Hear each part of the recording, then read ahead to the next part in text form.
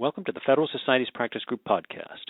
The following podcast, hosted by the Federal Society's Environmental Law and Property Rights Practice Group, was recorded on Friday, June 22, 2018, during a live telephone conference call. Welcome to the Federalist Society's telephone conference call. This afternoon, we will discuss whether it is a takings when the government floods your house. My name is Laura Flint, and I'm the Deputy Director of Practice Groups here at the Federalist Society. As always, please note that all expressions of opinion are those of the expert on today's call. Today we are happy to have with us Professor Richard A. Epstein, Laurence A. Tisch, Professor of Law and Director of the Classical Liberal Institute at New York University School of Law, Senior Fellow at the Hoover Institute, and a Senior Lecturer at the University of Chicago Law School. After hearing from our speaker, we'll go to audience question and answer. Thank you for speaking with us, Professor Epstein. The floor is yours. Well, thank you so much. I trust everything is on now. The way Laura put the question makes it devilishly easy, at least in connection with the case that arose out of Houston. The phrase that she said was, when the government floods your land, is it a taking? And the answer to that question, for the most part, turns out to be yes, but it's not necessarily dispositive of the kind of messy situation on the facts that one has in Hoover. In the Houston case. So what I think it's best to do under these circumstances is to back off and to try to figure out how to make some sense of the takings law to begin with. And the way in which I think that this is best done is to proceed by analogies from cases that are clear to cases that are a little bit more confused, and then to indicate how it is that the confusion on the facts or the difficulties on the facts lead to confusions on the document. Well, the paradigmatic of a case of a taking is the government is no different from any private person. So if somebody comes up and throws you off the land and sits down on that land, either that counts as a taking of the property in question or the entire game is over. And what is it that makes this case such an easy one is that you see a combination of several factors. One, it's a deliberate relationship. The government is not doing something here by inadvertence. Secondly, there's a huge loss with respect to the original owner who's cast off the land. And third, there's a huge gain with respect to the government. And so under these circumstances, if the government's going to do it, you have to ask a couple of questions. One, is this a taking for a public purpose or a public use? So you can't simply do it to line the pockets of the government's favorite individuals. And that's not going to be an issue in these cases, but it's one that one always has to remember could create a firestorm. There's been no greater firestorm in the history of Supreme Court takings cases than Kelo, which was itself a public use type case. And then there's an issue that's going to come up here very much, the question of whether or not there's a justification. Yes, we did take your land, but we did it for a very good purpose. We had to essentially close down a chlorine factory, which was about to poison everybody in the neighborhood. And then the issue is whether or not you went too far relative to that justification, and that gets you into this messy stuff on the police power. And third, there's always the question of how much compensation is owing, assuming that compensation is itself owing. And if you look at the case that I just gave you in its simplest form, if you have all those three elements conjoined together, if it's not a taking, then the takings clause is surely dead. So the question is, what happens when you start to remove some of these elements and add some of the others in there? And the first one in this particular case that you cannot remove is that to some extent in these Houston cases, the flooding that resulted was deliberate. But on the other hand, these are not pure cases of deliberate floodings because what you do is you have here a very serious public necessity type situation created by a Hurricane Harvey, which was the responsibility of no one. And there's no question that large amounts of damage would have occurred no matter what the government had done. And so now the takings question requires you to tease out the damages that are attributable to the flood, which essentially are not going to be the source of compensation, from the damages that are attributable to the government's deliberate action. And these things are not nearly as clear as they are in a situation where you could imagine the government has stored water behind a dam, decides it would like to get rid of it, and then simply floods somebody else's property in order to make its life a lot easier. And then the other thing, of course, in these cases is the government hasn't taken title to the property. Indeed, it doesn't even claim any ownership of the water after it floods somebody else's land. They said, congratulations, not only do you own the land, but you also own our water on top of it. Now, this very simple version of the facts took place in an 1871 case called Pompelli against the Green Bay Company. And what happened in that particular situation was what one said, is the government just flooded somebody else's land and did so permanently. And the United States Supreme Court, in a very emphatic opinion, said, look, the Constitution is designed to prevent against various kinds of evasive actions. One of the things you cannot do under these circumstances is destroy somebody else's property and avoid liability by the simple expedient of not taking title or ownership to the property in question. And so what one saw there was a finding which said that if the land is permanently flooded, then under those circumstances the compensation is going to be required, just as if you had taken title to the land. And in fact, you can imagine a certain kind of ironic situation, one which actually arose in the Lucas case in South Carolina, where having flooded the land, the individual says, look, de facto you've taken it, we want to make this de jure, and so we want to get a situation where the government is forced to take title to the land because we as a private owner don't want to be responsible for any consequences that should happen in virtue of the flooding that the government had created. And so you can see how the legal system is trying to make good, in these cases, a state of affairs which was brought about by the government, which refuses to acknowledge what's happening. Now, the situations become, in a casuistic sense, a little bit more difficult if we now just change it in one degree of pattern. And this gets us to a very well-known 2012 case called Arkansas Game and Fish. And what happened there is the government upstream released a degree or an amount of water in order to ease things in the higher lands. This water travels down 110 miles down the river, and it floods the lands which are owned by the Arkansas Public Parks Facility. And the water stays there for a while, causes a lot of damage, and then it recedes. And so one of the questions that you immediately have to ask is, does the rule that I announced from the Pompelli case about permanent takings apply to this particular kind of situation, where the occupation is not permanent, the water has receded, but the damage that was caused by this is not only partial, but actually may well be permanent, although it may heal a little bit over time. So you could assume that the damages are greater in the first 5 years after flooding and a little bit less in the 5 years that follow that. And how do you want to treat this?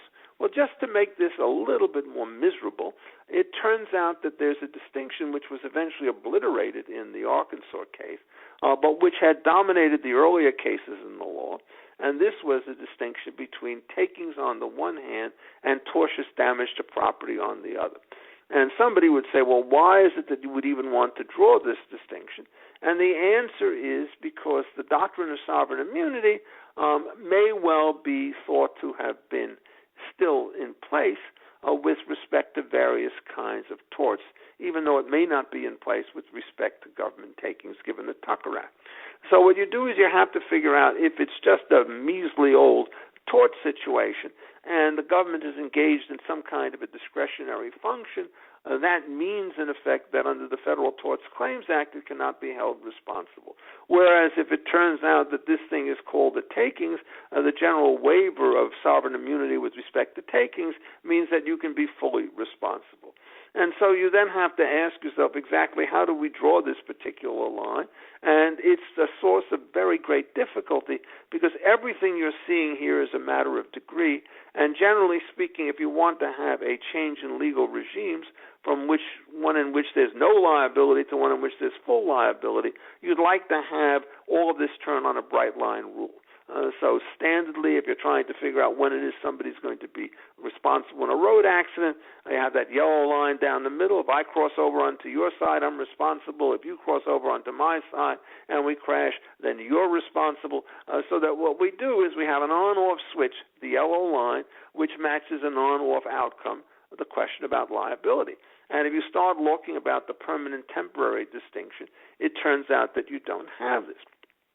So then the question is, what do you want to do with these questions of degree? And at this particular point, I think a lot of it depends on how it is that you think about the tort law.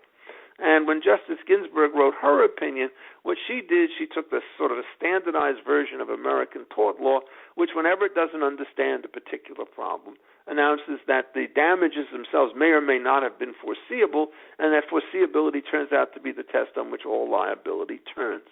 And then she says it also matters whether it was deliberate or accidental, how long it lasted, how far away it was. And so what you do is you get yourself a list of factors. And then what you have to do is you say, how do you combine them? And analytically, there's only one possibility. You have to attach certain weight to each of these particular factors. Then you have to sum all of these factors given their respective weights. And then you have to decide whether or not the sum of those factors is on the right or the wrong side of some mythical line, which is going to tell you whether or not liability exists. And as a tort scholar for many, many years, I've always taken exactly the opposite position, which is as follows, that liability is determined by the question of whether or not you did cause the damage in question, and a release of water downstream, which essentially destroys somebody's root system for their trees, would qualify for that. And then the pattern of the damages that you start to see, whether or not they're permanent or sporadic, whether they're great or whether they're small, all of that stuff simply goes to the measure of damages, but not to the question of liability. So you want an intellectual system which has liability being run by an on-off switch, and at the same time you want that same system to have a damage rule which is run by a system of continuum. Why the difference between the two of them? Because either you are or you're not liable, but once you're liable, the measure of damages can vary with the severity of the loss.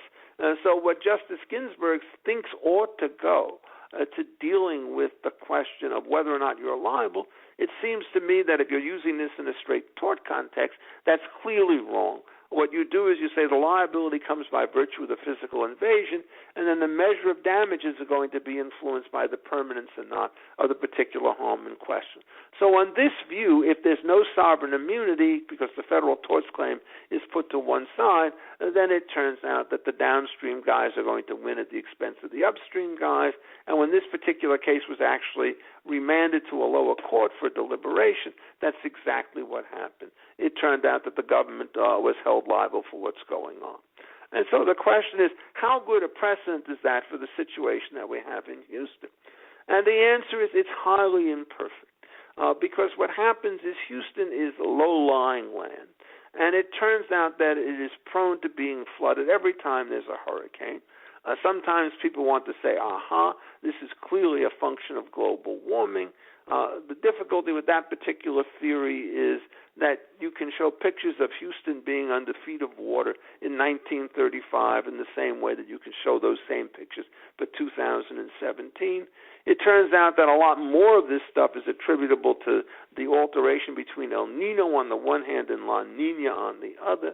Essentially what El Nino does is it takes a strong cold wind from the west going east, and that interferes with the hurricanes that are being formed off the west coast of Africa, traveling west, and so essentially the one annihilates the other. You get La Nina, and you don't get that cold burst. Now the stuff forms off the coast of Africa, and it starts marching, and it marches, and it marches until it lands. Then when it hits landfall, in the case of Hurricane Harvey at Houston, it decides to take a busman's holiday because there's a high-pressure zone coming in from the northwest, so those torrential rains just sit there for days, essentially wiping out everything. The government called this a 1-in-1,000-year flood. One is not quite sure whether the number is right, but it certainly was a very, very big deal. And you then have to ask the question, how much of the particular injuries in this particular case were attributable to the act of God for which nobody is going to be held responsible? And I don't think that there are going to be many people who will come up there and say, that's going to be zero. But at the same time, what the federal authorities and the state authorities have all done is they build a series of dams and levees in order to try to control the flow of the water in order to minimize the damage. And what you then do is you see that these dams are in place. It turns out that they may not have been well designed. It turns out that they may not be firm enough to withstand the water. And you get these guys in real time having to make a bunch of decisions as to whether or not they're going to release some of the water from behind the dam, at which point what will happen is it will flood downstream owners, or whether it will keep the dams in place for a little bit longer. The water will now back up and it will start to flood upstream people. This is a big deal. You're talking about $10,000 of homes, 10,000 homes, each of them having hundreds of thousands or even millions of dollars worth of damages. And the government basically says, we're caught between a rock and a hard place. So if you go back to the earlier law on this situation, what you almost always find is that there is a kind of a real equivocation as to what should be done in these so-called public necessity cases. So the basic rule is if it's a private necessity, the famous case was Vincent and Lake Erie, and you dock your particular boat at somebody else's dock in order to escape a storm, you save a boat worth $10,000 and damage the boat dock for $500. You have a privilege to go in. The guy can't tell you to stay out at sea, but you then have a duty to compensate for the harm in question. So the question is, what happens when you now have a public necessity? The government is not saving its boats. It's trying to save one set of homes, or maybe another set of homes, and maybe both.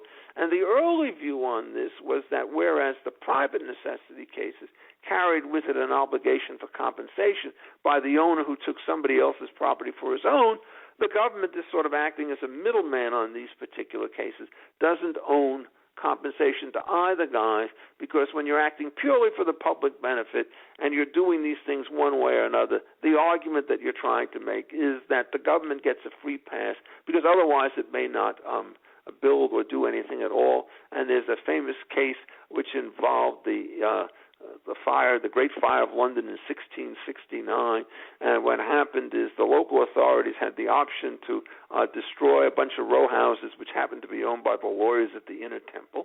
You never want to be a lawyer in these kinds of cases. And they decided that they would be facing liability if they ripped down those houses, so they left them up.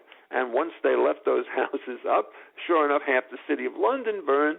And you really want to say that, you would have been liable for knocking down the 40 houses, and now we're going to hold you liable for the destruction of the city. Somebody's going to say, this is not a particularly good deal. Heads I lose, tails I lose. It doesn't matter what I do. You're going to have to compensate me to take this job. The compensation is going to be astronomical. The whole system will fall apart. You just cannot do this. And so there's a lot of that going on in these cases about individual officials, but it's not at all clear that the same thing applies with respect to the government, which has large corpus. So then you start looking at this thing and saying, well, what is it that actually happened? And the first thing you have is a causal complication. Suppose it is that you did nothing. What's going to happen then? And here's one of the arguments the government may well be able to make. This storm was so big, it turns out that there was water for everybody. The dam would hold for a certain period of time. The water would back upstream and destroy those homes. The dam would eventually collapse, and then it would go flooding everybody downstream.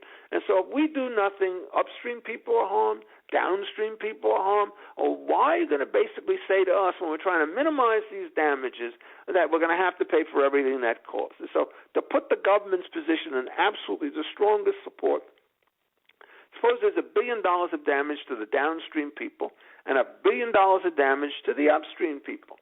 And what the government has said, if we hadn't done anything, there would have been $1.5 billion of damage to the downstream people and $1.5 billion of damage to the upstream people. We managed to finagle this a bit so as to save $1 billion, and for the privilege of saving people $1 billion in losses, we now have to compensate them for the $2 billion in losses that remain. Now, you have to actually prove this. Is this the case that is going to take place? And nobody is really sure one way or another whether these dams would hold or whether they would break or whether or not they would hold and then the water would just rise so high that it would flow on top of it. And so the causal complications before you get to the so-called public necessity question are very, very large. So then let's just suppose we try to make it easy and say we know absolutely what happened is you saved one group from the flooding and you caused the harm on the other. Well, who ought to pay the damages for that situation if one set of people is enriched and the other set of people are in poverty? And the government's going to come by and say, what, you really want to go after us? I don't get that. We represent people not only downstream and upstream, but throughout the entire 50 United States. And if you start to put the burden on us when we try to act in these cases, the taxpayers are going to have to pay this, are people from all around the country, none of whose property has been damaged. And what makes it even worse, these people will say, is when you know that you're building inside a flood zone and you're taking that kind of systematic risk, there's just going to be a huge moral hazard. If, in fact, people know that they're going to be compensated by folks who live in dry Kansas because they're living in Houston, they'll just build more and it will make it worse. There'll be eager plaintiffs, as it were, and we really ought not to do that. Then somebody else is going to say, but okay, maybe the general revenue should not pay, but what should we do for something else? And that something else would be, what we'll do is if we've saved all the downstream properties and damaged all the upstream properties, what we're going to do is treat this the way the old Navy law did, called general average contribution. And what it says is if you throw over somebody's property from the boat in order to save somebody else's, and 60% of the cargo was lost and 40% is retained, you don't want to care whose property was thrown over and whose was not. What you do is you run a series of side transactions. So if 60% of the property is lost, you lose 60% of the value that you have, whether your property is thrown overboard or whether it's retained on the ship. And the way in which we do that is we say to the people whose cargo is retained, you're only entitled to 40% of the value, so we're taxing you 60% of the value and giving it to all those people. And you could actually try to put a regime like that under these circumstances. And so now, instead of the downstream plaintiffs and the upstream plaintiffs both suing the government under these circumstances, what happens is you basically put them into a common pool. And you can say, what we're going to do is equalize the losses across these two particular groups once we know what the baseline is. But in the boat case, it's easy because you know which cargo's gone and which is retained.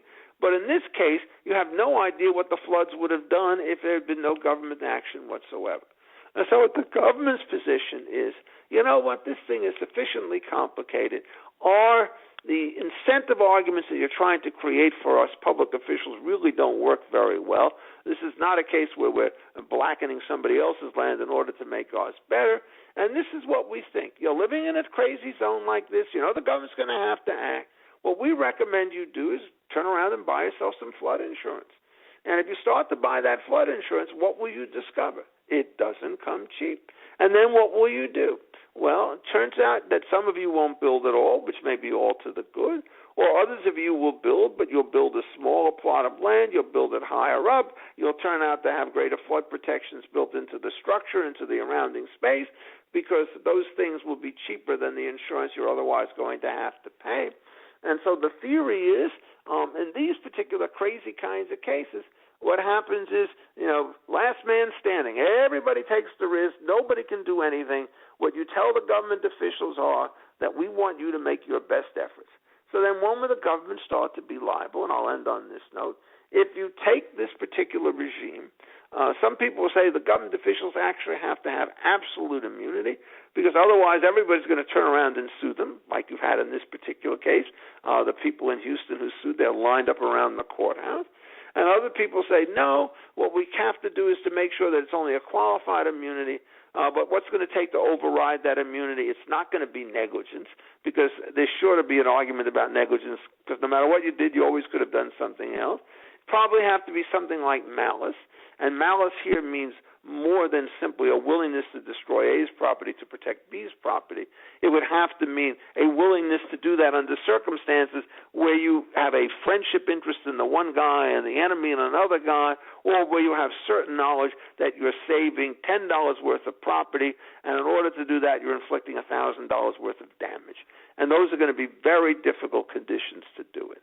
So this case is going to go on a long time. Probably it will settle out. My hope is that they'll put everybody into a big old bag together one way or another, and then they'll try to figure out some modest fraction, and they'll put money into a fund, and people will start to be able to claim because I think it's going to be too difficult to run too many of these kinds of lawsuits. And so what happens is the lesson, you start off with taking where you have single causes, single consequences, easy just compensation metaphor, to cases where you have multiple causes, multiple justifications, multiple parties, multiple uncertainties, and, it just turns out that you save the worst for last. So the situation that you have at Houston becomes pretty intolerable because of its difficulty, and nobody is exactly sure what to do. So I'm happy to take questions. There's a lot else to talk about. Takings law is essentially an intellectual disaster area in the Supreme Court, and I think you could say with a good deal of confidence that each time they decide another decision, the map is a little bit klutzier than it was before. If you ask me what the explanation was, it's mainly that when you're dealing with a field like this, unless you have a really firm grasp of the private law, of torts, including the law of public and private necessity, you're not going to get these cases right. And if you actually buy into the so-called investment-backed expectations test of Penn Central, which Justice Ginsburg relied upon, it's just simply asking for trouble. And it turns out that if you have bad conceptual foundations, these errors don't get cured when you have a factual pattern, which is really very difficult to untangle. And with that, I'm happy to take any questions from anybody. Thank you. Let's go to audience questions. In a moment, you'll hear a prompt indicating that the floor mode has been turned on. After that, to request the floor, enter star, then the pound key.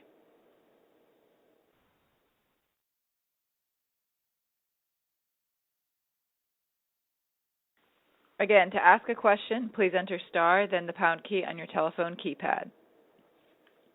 Let's go to our first audience question. Somebody?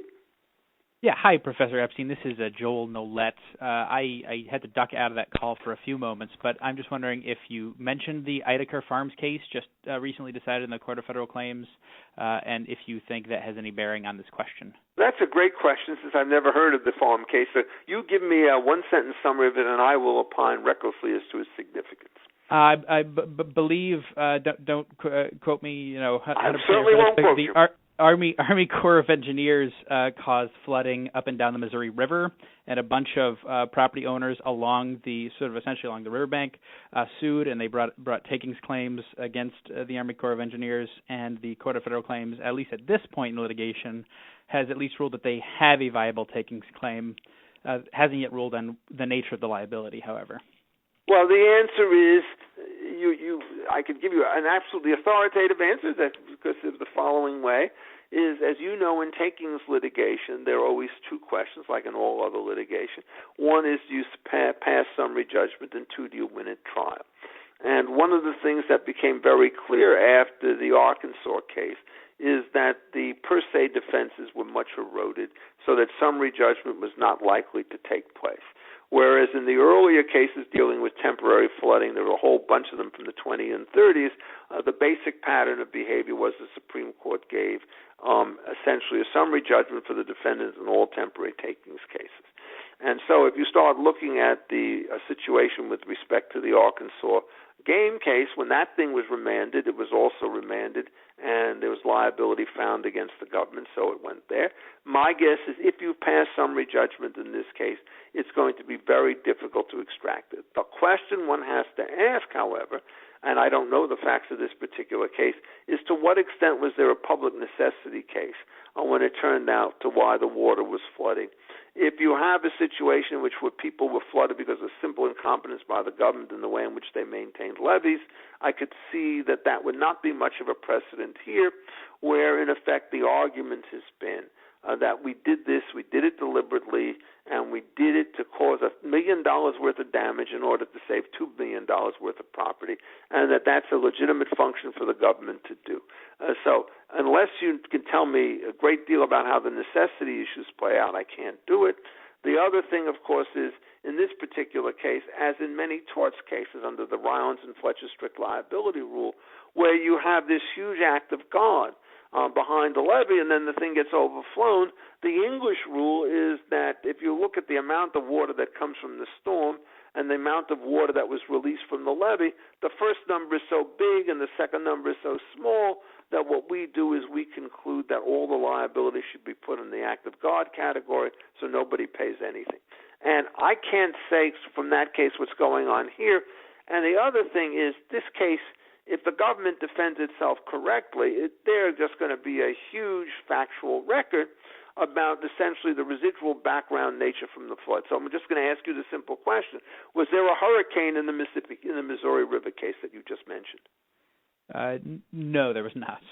Well, at that point, you can give the other than that Mrs. Lincoln argument that this fact is going to be so large in this particular case that, as best I can tell, even if it turns out you pass summary judgment here, which you may, and I think it's 50-50, when it comes to the actual liability in the hand-to-hand combat, you're not going to get anything close to full damages. And the absurdity would be this. You know that the hurricane is causing a huge amount of damage, And if it turned out that the government does nothing, everybody's going to bear their own losses. Now it does something. Does it really mean that once the government tries to act to minimize total damages and expectation, it has to pay for all the damages in question? I don't think anybody can really believe that's credible. At the minimum, you want to subtract out all of the harm that's going to be caused to all of these parties, even if the government did the absolute perfect thing under one way or another. And that's why I suggested the general average contribution formula. What you do is you don't try to figure out which boats should be saved and which ones not. When the government tries to minimize damage, which is what they're trying to do, and you use this formula, then its incentives are perfectly aligned socially. So in the general average contribution case, you have the choice as to which cargo to overthrow, and what happens is if people will have a strong incentive to put full value on their cargo, and then the master's job is to figure out the biggest cargo with the lowest value and throw that over, those guys get compensated from a larger pie, so they're not going to fight. The other people who keep their property, they're not going to fight this either, because otherwise their property goes over. And so if in effect you can manage to minimize the damage from 40 to 20%, everybody now gets 80% of their value instead of 60% of the value. And since all the property is put into a common pool for the purposes of liability, nobody has a special incentive to try to defend their own. And it's that kind of situation which I'm suggesting might work in this particular case. And if it did, I would be surprised if the government were liable for more than 10 or 20 cents on the dollar, which is, by the way, a very big number, because you're probably talking, several $1 billion worth of damages. You're talking several $100 million worth of damage. I think that's about the maximum they're going to get. Okay, next question. Let's go to our next caller. You got two. Great. Hi, this is Ilya Soman, George Mason. Oh, Ilya! Hi. Go ahead, Guy. I know you're going to make my life miserable. So I have a simple question and perhaps a slightly more complicated one, if that's okay. The Sure. simple question is what you think of the government's attempt to distinguish the game and fish case on the grounds that one involved repeated flooding and therefore that I think that's silly. liability. And this one has only one flood one time. The other is, and this is the more complicated question, I certainly recognize that you don't want to prevent the government from doing stuff that destroys a small amount of property or a smaller amount of property to save a larger amount. But but I do wonder whether that means the takings liability should be avoided, because if it does, then you can say the exact same thing anytime the government, say, takes your property for a road that creates much more value than the harm that's inflicted by taking your land, or for a military base or whatnot. You could say we wouldn't want to deter the government from engaging in this valuable activity, so maybe liability maybe we should rule that it's not a taking, and we reject that sort of argument in all these other contexts. So why should we be open to it if we should in this context where they're trying to minimize flooding damage? You're basically asking all the right questions. On the first one, I think it is a much easier question. The reason why this argument has some degree of plausibility is that Ruth Ginsburg, not figuring out what was going on here, gave us the usual laundry list. And one of the items on this laundry list was the degree of foreseeability and the repetitive nature of the harm. So somebody's going to say a storm like this is not foreseeable and it's a one-off situation, so it's distinguishable from the kind of situation you have in Arkansas game where there are multiple floodings. The other case, boy, oh boy, are you very much on point at what is one of the most difficult problems that has ever been faced. Essentially, the argument that you are making, which I largely accept in virtually every other context, is that you never want to put yourself into a situation where when the government decides to act, it gets a free choice, so that if it actually causes more harm than it prevents, they're not going to be liable because they did their best efforts under the circumstances. At that particular time, if they can start to say that the road is going to create $10,000 worth of benefits for the public large, even though it wipes one person out, this gets very dicey, because the fairness argument suggests that what you want to do is to equalize the gain and loss across all parties. So the way in which to think about this is to think a little bit more about my sort of general average contribution suggestion about pooling all of these things. And if you do this, it's like simply throwing off one person's property, right, from the boat, and everybody else gets the benefit. And under those circumstances, the only recipient from the general average contribution situation will be this guy. And so what happens is you tax everybody, himself included.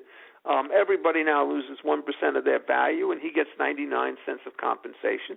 How do we determine that? He gets the full $100. That is for his $100 loss, but he's had to pay in the form of a taxpayer the $1 loss. And so the point about the general average contribution situation is it gives you flexibility in action. The last thing you want to do in the general average contribution case is to say, hey, the government is really trying to do this thing right, and so therefore we'll forget about general average contribution and the losses will lie where they take place. And so if you think of the sort of default position in the public necessity cases as the general average contribution model, that carries over very nicely to the ordinary takings case, because remember, if the individual is a citizen in the community from which the property is going to be taken, he's going to have to pay as a taxpayer his pro rata share, and then you get a much more efficient set of allocations. If the government, when they have all the time in the world to make their judgments, basically are told, hey, you want to do this, you now have to pay. And that means that you're going to really try to minimize. And the reason why you're a little bit nervous about that argument in the public necessity determination is you don't have 6 years to plan where you're going to put this highway. You've got 6 minutes to figure out whether or not you're going to open this thing up or not. And the overtaking causal arguments are really prominent in the public necessity cases, and they're non-existent in the ordinary case.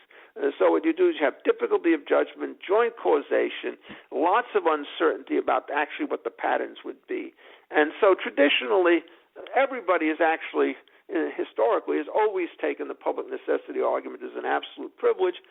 Going back to the 1830s, the Mayer against Lord was the leading American case, and they said, we don't care whether it's pestilence, war, famine, fire, and so forth.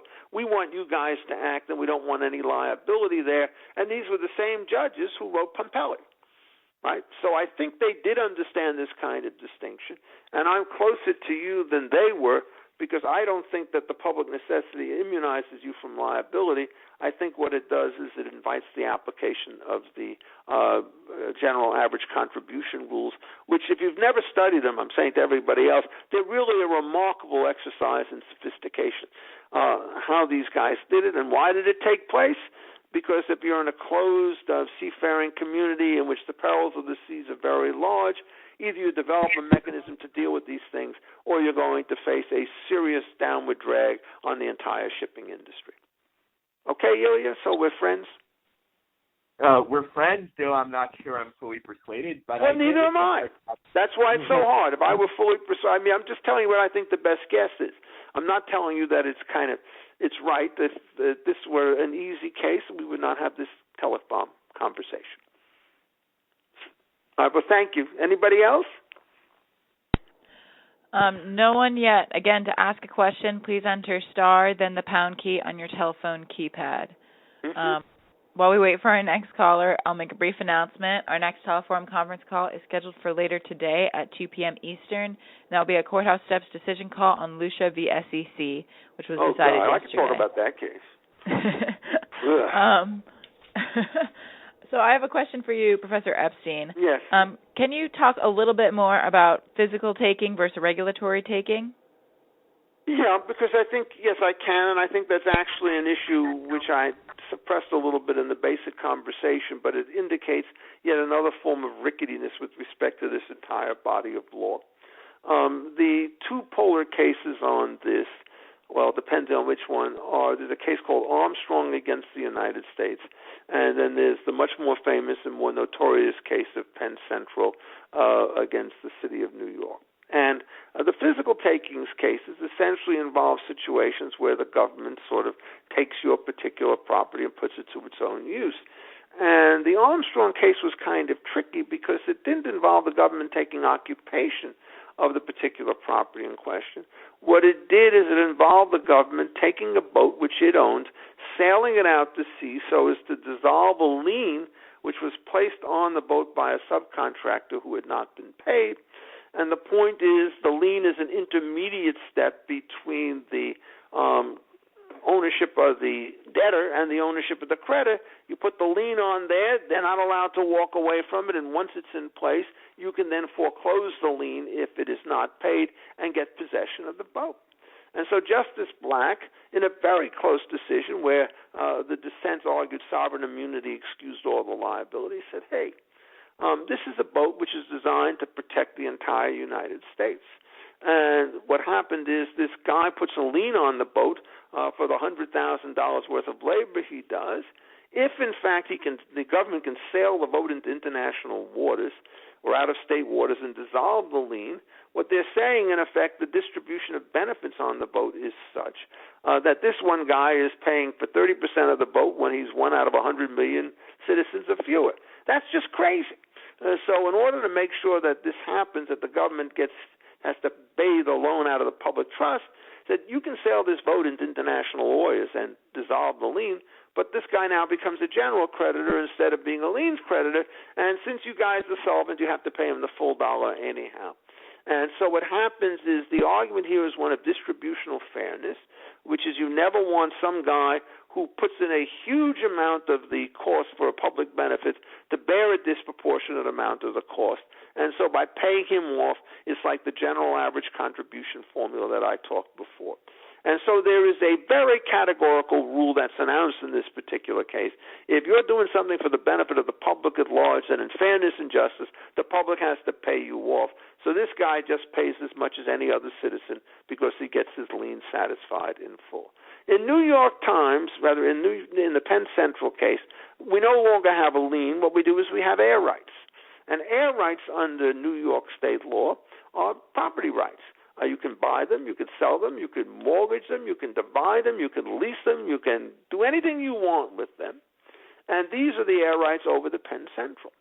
And what makes these air rights work, of course, is they have support rights down below, because if there's a unified owner who owns both the top and the bottom, if he wants to basically build high, he's going to have to make sure that the bottom portion of his property is going to be devoted, at least in part, for making sure that it goes. And so what New York City does is it comes along and it says, we're not going to allow you to build on top of the base, and we're just going to make sure that that land remains vacant. And the question is, has it taken your property? And if you use the argument that you had from the Armstrong case, the answer is perfectly clear. You want to make sure that that is not built upon in order to improve the views in the light of everybody else in New York City. Well, in fairness and justice, why do you want that particular benefit to be paid for by the Penn Central terminal instead of by the public at large, which is getting the benefit of the view, which is a direct analogy to the benefit of the use of the military boat? And so if you applied the old case to a partial taking of land, it would be a full compensation. But the ingenious Justice Brennan liked landmark preservation laws, and so he said, well, we're calling this a regulatory taking, and then we're going into some kind of balancing test. The balancing test was kind of like the balancing test that you had in the Arkansas game case.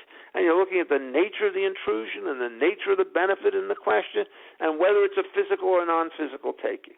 And at that point, American takings law entered into an inconceptual abyss from which it has never escaped. Why is it that if the removal of the entire plot of land is a physical taking, is the removal of the air rights a non-physical taking? And why is it subject to a different set?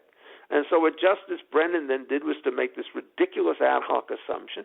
He said, you're running the terminal below, and you're making a decent rate of return on the terminal, and so therefore your expectations were only to get money from the terminal, and you did not have an investment-backed expectation in the use of the air rights.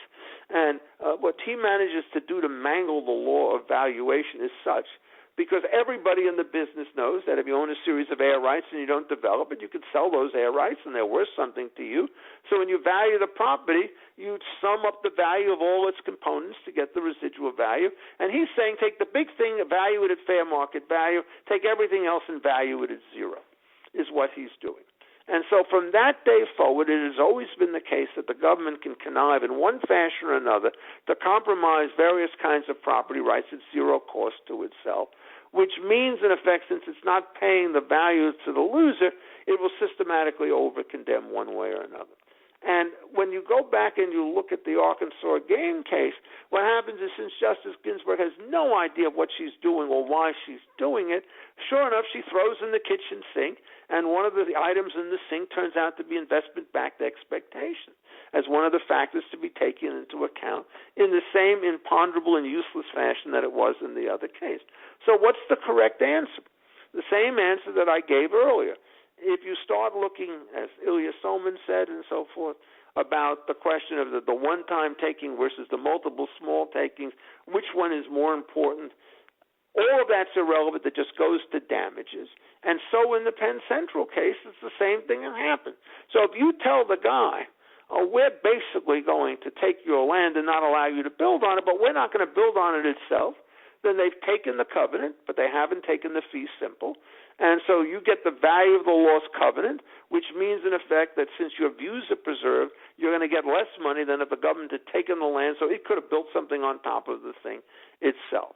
And so in all of these cases, what the Penn Central case does is it takes matters that should go to the level of compensation, just as was done in the Arkansas game and fish case, and it treats them as going to the question of whether you recover.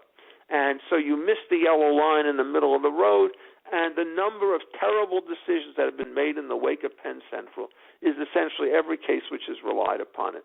This is not just a simple mistake. This is a kind of a colossal intellectual blunder, and I think the most important thing to recognize intellectually is if somebody says, gee, we got to weigh and balance all of these factors, they want to make it sound as though it's a plus.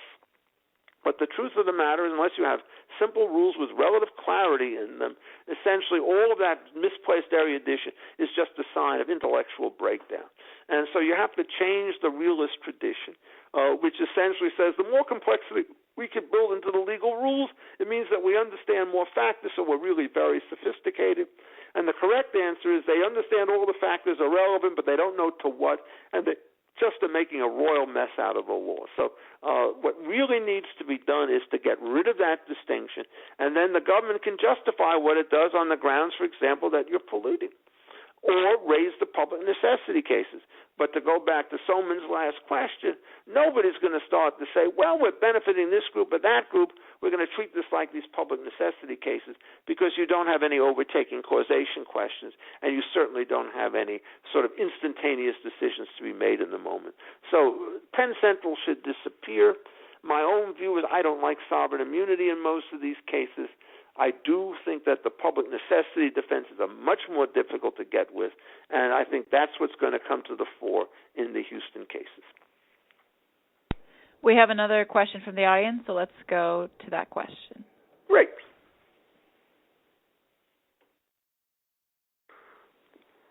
Hello, thank you. If in the future when computer modeling becomes more accurate, do you think that these questions might just go away and it will be easier or possible to find out exactly who's liable for what exactly what was the result of I think you're right. Everything that even I'm sorry. Yeah, I think it's a great question. I mean, the question essentially is, you pointed, the question comes to me, to all the residual uncertainties as to what would happen here, there, and the other place, depending upon whether you did or did not release this amount of water in that particular location. And the theory is, if we had computer modeling which would essentially tell us what all of these things were, I think this would be the answer. If the government could take access to this model and instantaneously do it, and when it does it, it says, 8,500 cubic feet per second is what we have to release over this dam, and does exactly that. The model is correct. I think people are going to be very hard to say that what we now need is the compensation formula to regulate government behavior, because we have this perfect monitor. On the other hand, there is something known as chaos theory. And for those of you who don't know what it is, when you say something is chaotic, it doesn't mean that it's indeterminate. What it means is that the standard determinant laws take over. But if you understand how they work, it's virtually impossible to predict what's going on because very tiny changes in initial conditions could lead to vast changes in the consequences. So that in the famous example, if you have a closed system, which is stable, and somebody flips a butterfly wing 1,000 miles away, and it's the only force that's exerting, it could essentially send the whole thing, which was stable, into a state of complete disequilibrium, and things go up and down, up and down, up and down. So if you want to figure out how that could happen, just imagine what you do is you have a rod sticking straight up on a point, and it's 90% to the vertical. So it's not going to tilt to the left or to the right. Then what you just do is take a puff of wind as small as you make it, and no longer is the thing going to be on top. Now it's going to start to swing down one way or another, and you're going to have to figure out how far it goes. Well, if it's a single pendulum going back and forth, it's going to be in an arc, and you could probably do it. But if you want to make it really crazy, all you have to do is to assume that that rod, which was standing straight vertical, is divided into two parts at a point right in the middle of that thing. And then when you drop the thing, they go at different rates, and the movement is absolutely determinate. If you knew all the physics in the world, you could figure out at any given point where the tip of that particular thing would be in the space below it. But if you use conventional knowledge, your ability to do this would be virtually zero. And if the force were 0.001 instead of 0.00011, it turns out that the courses that the two things will follow are completely different. And so my own sense is, given what we know about chaos theory, and given what we know about the necessity for action in a very short run, we'll never get the kind of data that is going to be necessary to make this thing go. I think what has really happened, and this is true about hurricanes, is that the ability to predict where landfall is and expected dangers are so much better than they were before that people can now batten up the hatches quite literally, get out of town and so on. So that if you go back to the Galveston flood of 1900, it was relatively little property damage because there wasn't that much property around to damage, but there was a loss of 5,000 lives or something like this. In Houston, you lost very, very few people, but since people overbuild in flood areas, you lost a lot of property. And it seems to me that one of the arguments against giving compensation, and we didn't mention this before, is there's a real moral hazard. If you start compensating people for losses that they get when they build property in very precarious locations. And you certainly don't want to compensate them from losses attributable to act of God. And therefore, if in fact what you do is you substitute a human action, which for an act of God, the act of God having a severity of 10 and the human action having a severity of 5, since you save 5 and cost 5, the thing that you pay for is 0 because the net is the government action has actually reduced your exposure, and they should not be responsible for the residual harm that they caused. They should be given compensation in the form of the harm that they averted. So I think in principle you're right, but I think in practice you're going to be wrong for a long time. I just don't think, given what we know about how these complicated systems work, that you're ever going to be able to get that information to the point where it's going to become credible, and that the really important thing to do now is to have advanced warning systems so that people can essentially take precautions long before the storms take place in order to reduce their damages, not only to their persons but also to their property. Okay? Thank you. Thank you. We have 2 questions pending, so let's go to that next question. Oh, my God, we got a boom. Go ahead.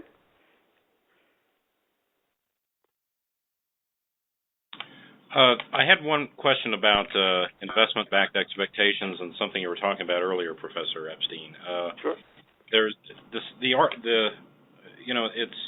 it's interesting to me, and it's very complicated to understand exactly how it fits into the analysis of when the government is talking about that you have to go back historically and you have to look at everything that the government did positively or negatively, going back to when like a dam was built or something like that to figure out whether there was actually a taking of some sort.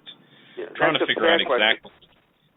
figure out exactly how that analysis fits into either the Sponenbarger doctrine or the necessity doctrine, because it's very complex to understand exactly what the analysis needs to be in that regard. Because does it include, for example, like missed opportunities that the government didn't do?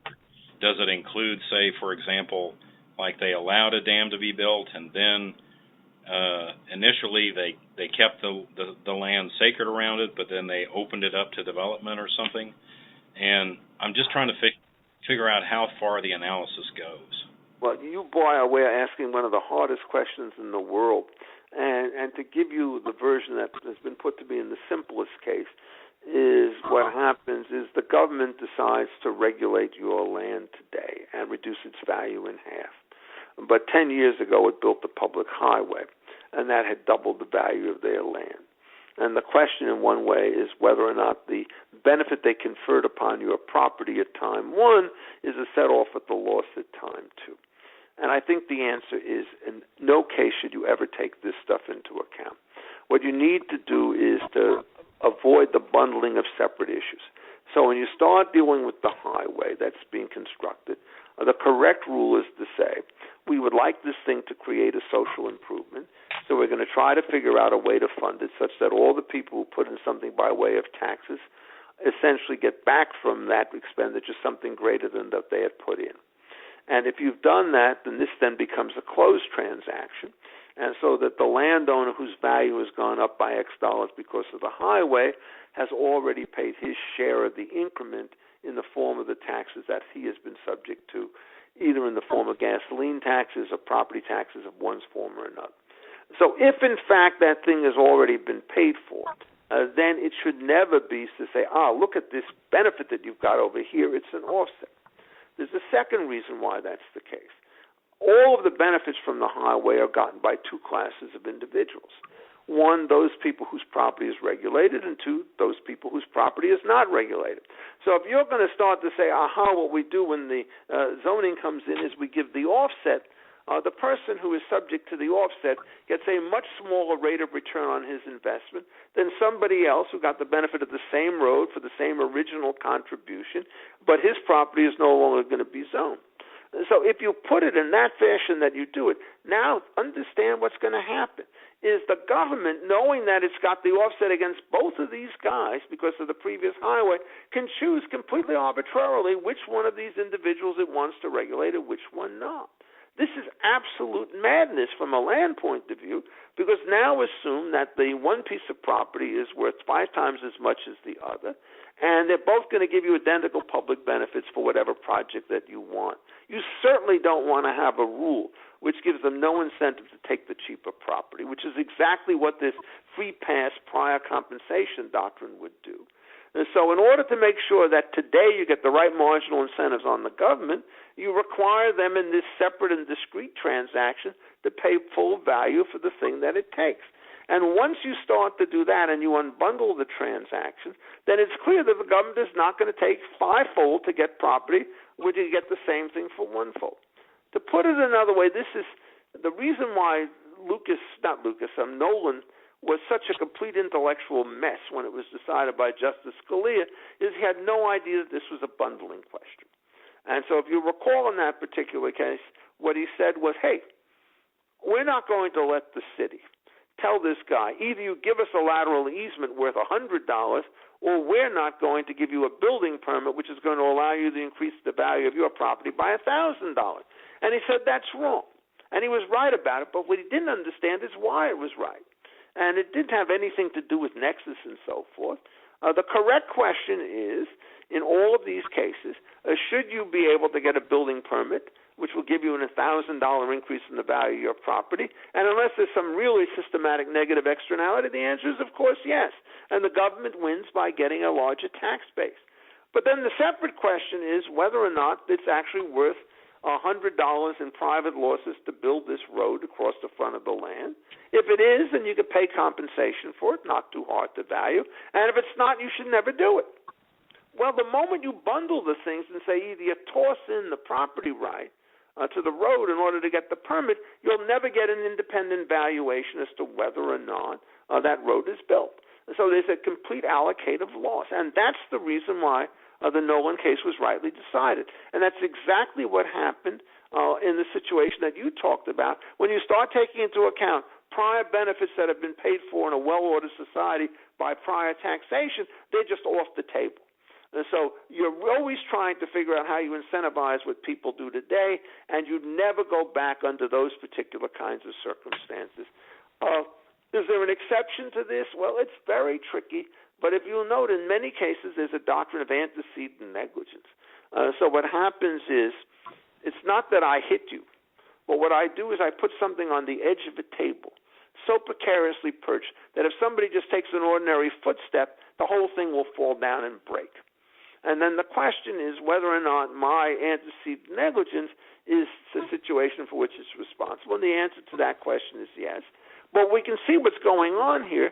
The rule is you can hold people in the government liable to compensate when there's a tort that would be committed by a private person, but not under the circumstances where we previously measured, where there's no tort-like behavior that's involved at all in the funding of the initial public project. So we don't want to get that element of compensation into these things. What we want to do is essentially to have discrete transactions, and the only time you link two transactions that are separate together is when the government links them together, as in the Nolan case, where we say, we'll only give you this particular permit if you give us this particular lateral easement. Okay? Thank you. Sure, my pleasure. It looks like we are up on the hour. We have one question pending. Professor Epstein, do you have a little bit of time left? Oh, I'm such a generous soul. Yes, I'd love to take the question. Let's go to our final question. And then I'll thank you all for listening.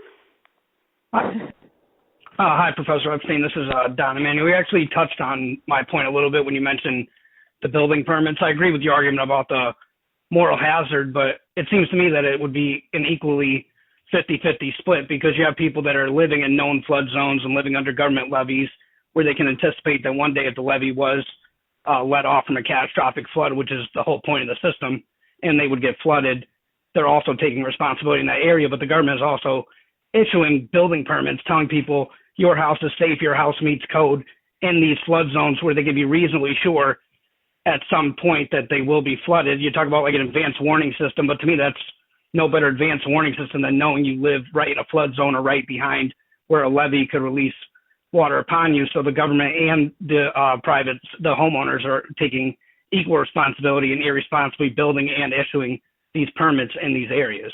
Well, these are very hard questions about the responsibility of the two parties, but let's just take the following case and then we could sort of disentangle it. I build on an ordinary piece of land, and there's a river nearby. And then what the government does is it comes along and it puts a levee in front of the river, so it now backs up such that if the levee breaks, under those particular circumstances, my land will be flooded. My view is, under those cases, the government is fully responsible for the damage that it's going to cause, because it created the dangerous condition by putting this blame up, such that when nature took its place, everything came over.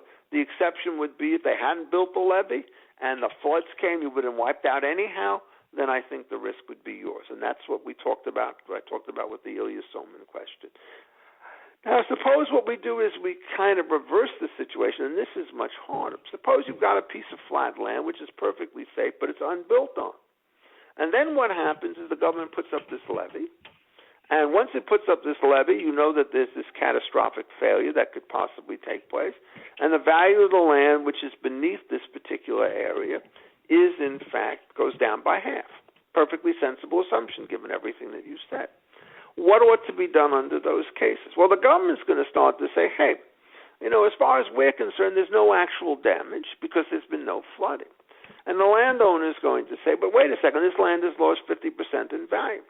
Then the government's going to turn around and say, oh, and now when you build this thing, you knew about the levee, so when the property is destroyed, you don't get any compensation either way. What do I think is the correct solution on this? I think once the government decides that it's going to build this levee and create the persistent hazard, and the value of the land goes down, the government has the following choice. Either it compensates you immediately for the loss, which is exclusively attributable to the increase in the size of the levee, or it says, I don't want to compensate you now, but what I agreed to do is to compensate you later if this thing should start to fail. Then the question is going to be just how much can you build on this for the compensation? And it would obviously be a little bit crazy to have a situation where you could get full compensation if you put up a $10,000 house or a $100 million house. And so I think what the government should do is, faced with that particular risk, it could take the following intermediate position. It can say, here, what we're going to do is we're going to make you whole. That is, your land was previously worth $100, now it's worth $50. What we're going to do is we're going to give you $80 of $30 of compensation now, so you're down $20, and then we're going to let you build up to a certain height. And if the damages occur, we'll give you the extra $20 in compensation down the road with suitable adjustments for uncertainty and time delay and so forth. It's a pretty complicated thing, but the one rule you never want to allow is for the government to come along and to say, we might take this land at some point, or we might flood this land at some point. You're on notice now, and if you build anything, it's at your own risk. Because that's like my saying to you, I may murder you tomorrow when you walk on the public street. And if you go out on the public street since you've been warned and you could mitigate, you go to the risk. The correct answer is if the government gives you a choice between A and B, you're under a duty to mitigate, but you get the full amount of damage that is necessary in order to make that mitigation good, because you don't want the government to essentially occupy the space by doing unilateral actions that you can't stop, and then finding out that your land is rendered worthless. And this is only for physical risk. To the extent that the government is going to go into business and competition with you or allow private people to do it, competitive losses are completely different from physical damages, but that's another very long discussion. So anyhow, thank you all for asking the question. I hope there are a few hardy people in the audience who managed to stay for the whole time, and I appreciate the very excellent questions that were put to me. On behalf of the Federalist Society, I would like to thank our expert for the benefit of his valuable time and expertise today. We welcome listener feedback by email at info@fedsoc.org. Thank you all for joining us. We are adjourned. Thank you for listening. We hope you enjoyed this practice group podcast. For materials related to this podcast and other Federalist Society multimedia, please visit the Federalist Society's website at fedsoc.org/multimedia.